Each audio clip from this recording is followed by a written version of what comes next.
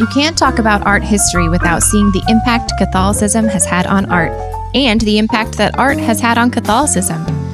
It's time for our monthly art history lesson with Charles and Amanda Shepard from the Fort Wayne Museum of Art. This is Kyle Hyman. I'm here at the Fort Wayne Museum of Art with Charles and Amanda Shepard, here for my monthly art history lesson. It's been fun, hasn't it? It has been, yeah. Glad you're here. Well, for the month of November, I thought we could talk about the saints. Seems like a good time to do that. And specifically, we're going to talk about some martyrs and the art that has been made to represent their lives and to remind the faithful throughout the centuries of their great sacrifice for the faith.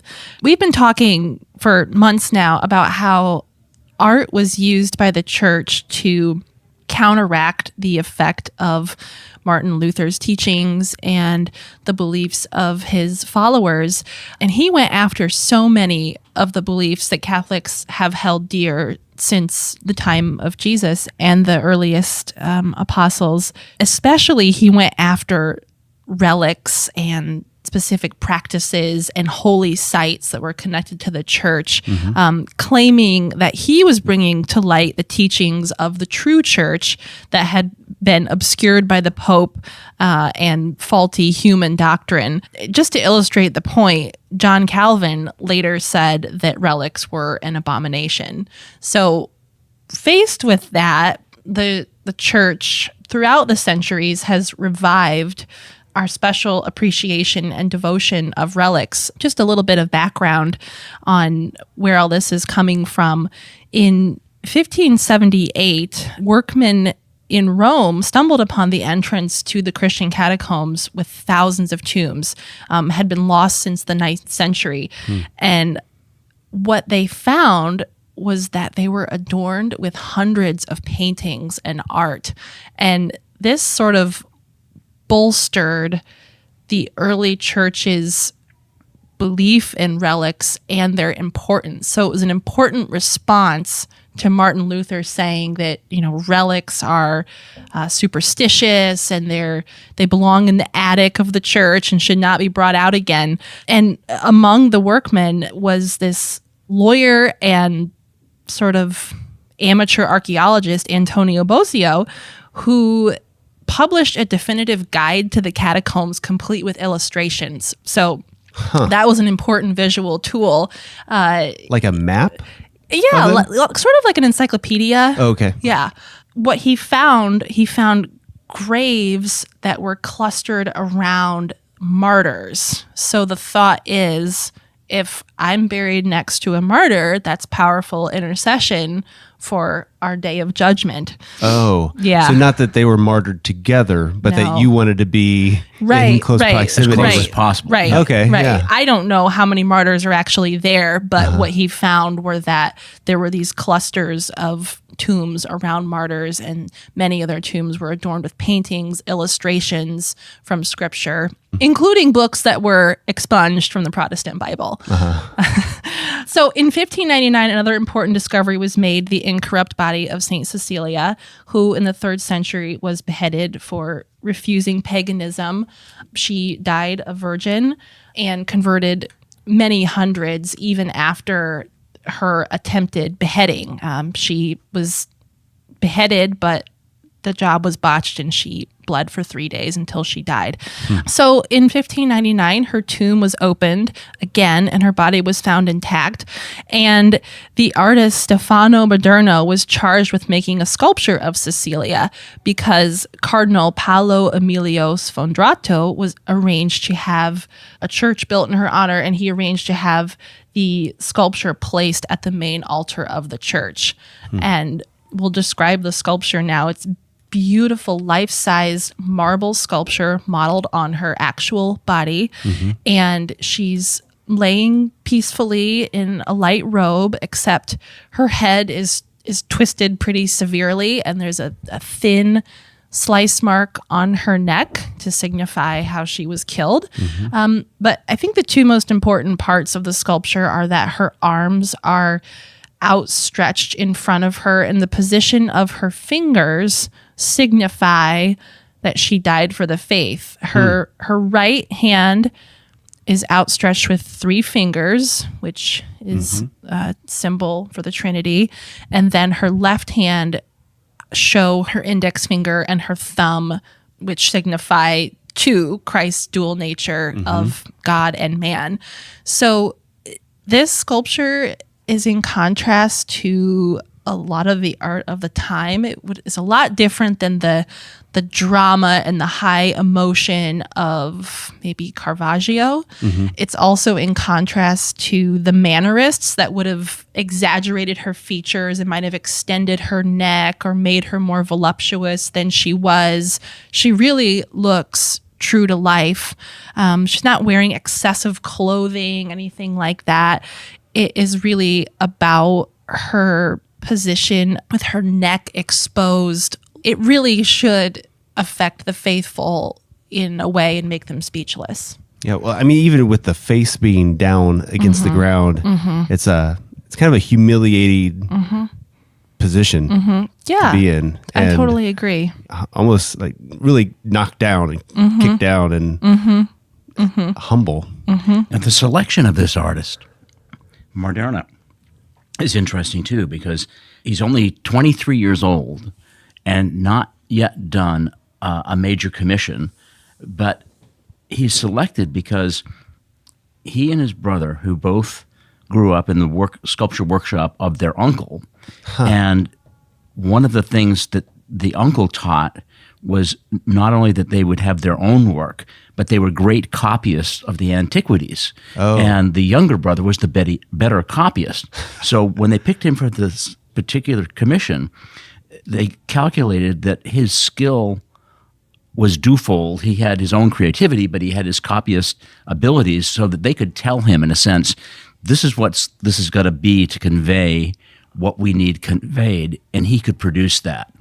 And as Amanda was suggesting, some turmoil in the art world stylistically at this point, because there'd been a push toward realism over idealism. Realism over beauty is what they said, but essentially, let's get rid of the ideal and make people more normal, whether they're saints or not, but let's bring some normalcy to this such that they're actually heightened realism.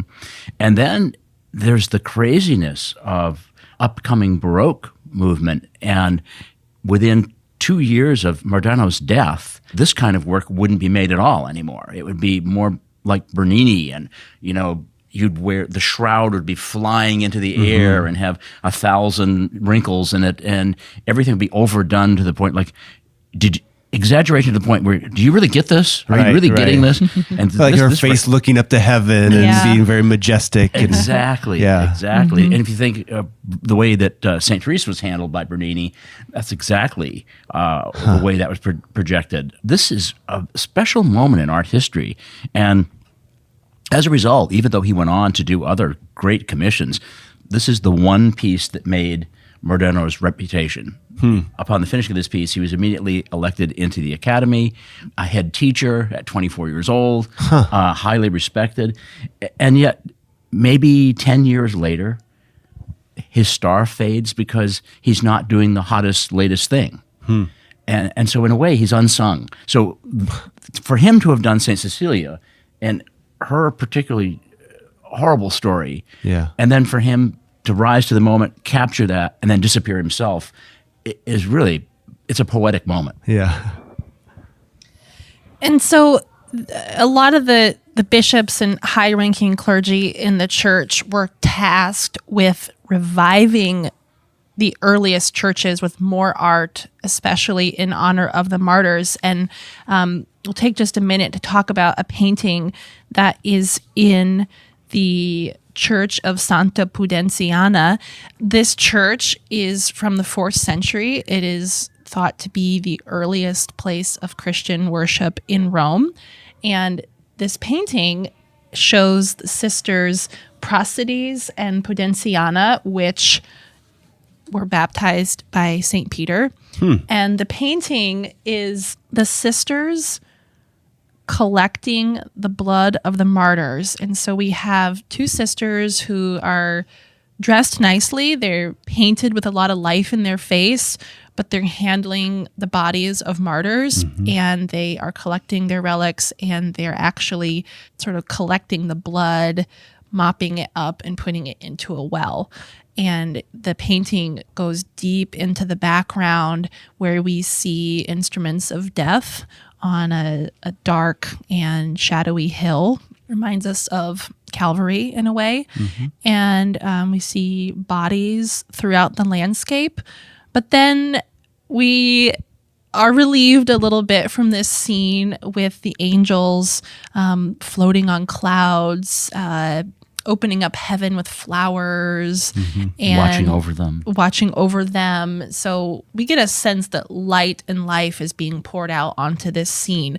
And the artist has really made the bodies of these martyrs look dead and look lifeless. So there's a sharp contrast between how he's handled those figures, which they lack color, they lack any animation in their bodies, and then the sisters are very tenderly cradling their heads, cleaning up their blood, and they look really peaceful about it, really serene.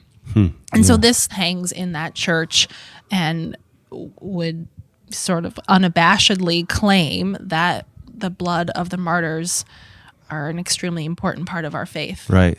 Well, and getting back to the idea of relics, the whole collecting the blood of the martyrs and stuff, realizing like we recognize this kind of heroic virtue of these people, and this isn't just something that you discard or let sit and rot, but something it's not a story to be forgotten. Right. And I think that's an important point. These people did not die in vain, and judging by the look on the sisters' faces, especially the sister on the left, she's holding the head of a man, and she's holding it like it's her own child.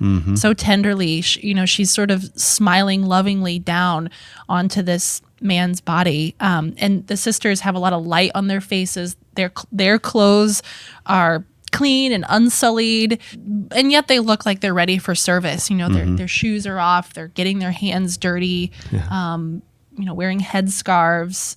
There's a lot going on in this painting. It's really wonderful. All right. Well, another great art history lesson for us. And I'll have links to these images in the show notes so people can look that up as well. It really are some amazing pieces of art. So encourage people to check that out. Sure. What's going on at the museum these days? Really fascinating show of optical art. That's through November 24th. And come see the show because the artist painted everything with one arm. He actually lost the use of his right arm in a labor camp around the time of World War II, and he painted these really amazing geometric optical art paintings. Not quite optical illusions, but you will have an optical experience. The color and line will play with your eyes in ways you've never seen before. And it's hard for me to believe that it's painted to begin with, much less with one arm. Masking. He so invented amazing. his own masking tape cutting machine to get the exact width of line that he wanted. So, people say, oh, it was done with a computer. No, he painted these in the 70s, the 80s. He did not use the kind of computer there wasn't a that computer. we think It looks of. like it's moving and stuff. It's really cool. The colors look like they're moving. It's really, and if you have optical troubles, I would even give you a mild warning that my eyes water. I feel a little dizzy looking at some of the paintings. So it's a good show though. All right. Check it out. FWMOA.org and on social media as well. Yeah. All right. Thank you so much. Sure. Thank you.